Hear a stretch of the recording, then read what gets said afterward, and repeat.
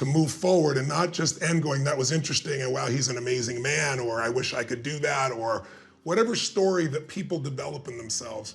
Is there a thought, is there a question, is there an insight you might offer them to take this beyond this conversation as something that actually changes their life? Yes, it is. If you feel like you're worthless and you're not good enough, I know what that feels like because I feel it too sometimes. But there is a way out of it. If you are struggling with what I call the big five, like on a safari, you know, like if it's drugs, alcohol, gambling, sex, food, there already exist organisations all over the world where people are readily available to help you immediately. All you have to do is put what it is you have a problem into a search engine, perhaps with the word anonymous attached to that, and see what comes back. And then go to one of those places. Go there, because if you wouldn't normally go, then you're still the person that's not going to change. Yes. But if you go, you're suddenly not you anymore. That's why I do things all the time that I don't want to do, and I suppose that's what that discipline is, huh? Yes, it is. It's like, think, if I'm the guy that goes to jiu-jitsu, then I'm not that guy that doesn't go to jiu-jitsu no more. He's gone now. That's right. And that is how change happens. Identity changes with action. It doesn't change with the discussion. Yeah. And in this gear, they say you can't think yourself into acting different, but you can act yourself into thinking different. Very true. Very true. Some people in the beginning, it's fake it till you make it, right? Right, yeah, but then they wake up. It's just like if somebody fake laughs enough, their nervous system kicks in and it becomes real laughter. You know, people that don't ever laugh, I'll often have them fake laugh for a while, and all of a sudden, their brain recognizes that it's already in here and it becomes real. You know, and so sometimes that's the first step to this. Tell me, we've mentioned several times, you mentioned a mentor. I obviously believe in mentors and coaching and so forth, but in the 12 steps, this is a really critical piece. And in fact, the people that are mentors are people like yourself who have actually done it. Because, you know, talking to a mentor that's never been through it, you know, you can't fully appreciate that they can understand. Even if they did, you won't believe it.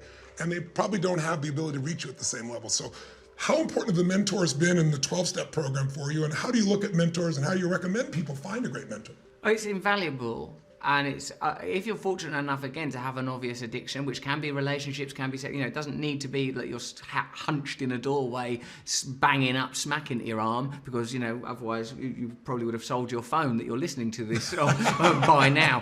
But like, you find the mentors within the organisations. That's sort of a good way to go about finding it. Now, it's been absolutely vital because, like, I have mentors, plus there are lads, men that I mentor, and the advantage with the upstream is, like, I sort of go, listen, I'm thinking of doing this, and I go, don't do that. That's like, because they're not coloured by my perspective. And similarly, when I talk to men that have less time than me, I hear all the advice I'm giving them, thinking, that's some good advice. you should do that instead of the you're doing. Yeah, we all teach what we most need to learn, right? So a woman asked me one time, she came to one of my seminars, this woman was in her early 80s, and, you know, she would fight and get to the front row of the stadium every time. I went on this tour, I did, like, I don't know, 15 events in a row in, like, I don't know, a period of maybe 4 months. And every time I look down, here's the same woman in a different city. It's like the Grateful Dead. She's followed me around, you know, mid-80s, right? And so at one point, I wanted to meet her anyway, and she came out, so I had signed something for her, and so I'm signing it for her, and she goes, can I ask you a question? I said, yeah. She goes, I've been with you on the road for many, many weeks. I said, yes, I've seen that. I said, are you slow or are you enjoying yourself? And she goes, no. She goes, I want to know. She goes, I've seen you early in the morning. I've seen you late at night. I've seen you been on stage for 12 hours. I can see in your eyes there's pain in your body. I don't know if it's your back or I can hear your voice. She goes, how do you do it? How do you keep doing all this? How do you live this way? And I said, part of it's because I attend all these seminars. Right? I'm teaching it, so I got to live it. Right? That's one of the reasons I did it. Tell me how your life is different, how your life changed by meeting your wife, and how has your life changed by having your daughter and another child on the way? It's really, having a child annihilates the idea that you might be the most important person in the world.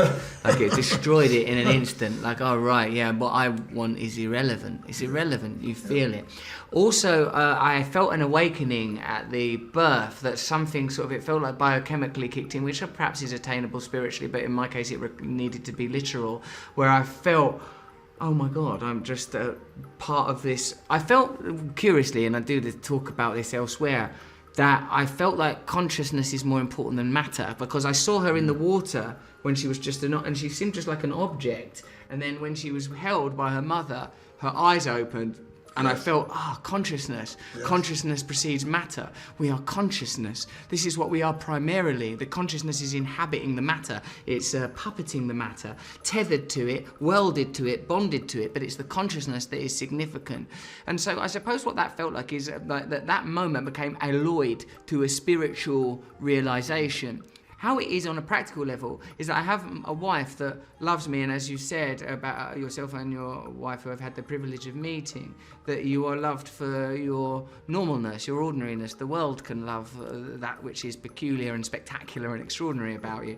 And it's made me feel like, gosh, it's made me feel I have a home. You know, before I could wake up one place, I don't matter where I end up. You know, just the adventure is everything. I'll meet someone. I live in France now. I'm going to be doing this. It'll always be extraordinary. I had a little bit of a flash of that madness actually when Sage was doing meditative treatment. It's like, what the f*** is going on? Like, just a minute ago I'm in traffic, and now I'm in this, and So I suppose what it's done is it's materialised something that I understood, that we belong here. That's beautiful. What have I not asked you that is a message that you want people to hear that would serve them?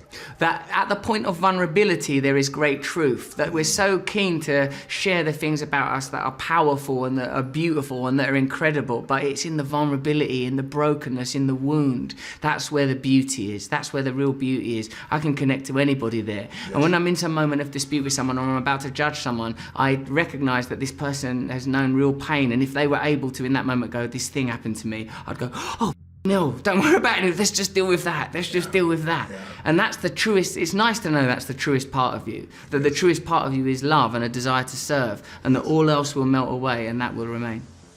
I love you. I love you, Tony Robbins. You're a beautiful soul. Oh, thanks, mate. It's more than delivered, mate, for people. I think there'll be people listening to this whose lives will be touched so deeply that they will remember what's true and they'll take action to move forward. And that is my highest prayer. Really? And I love that that is your mission. It's so beautiful. I've noticed that things you want to happen, so that's good.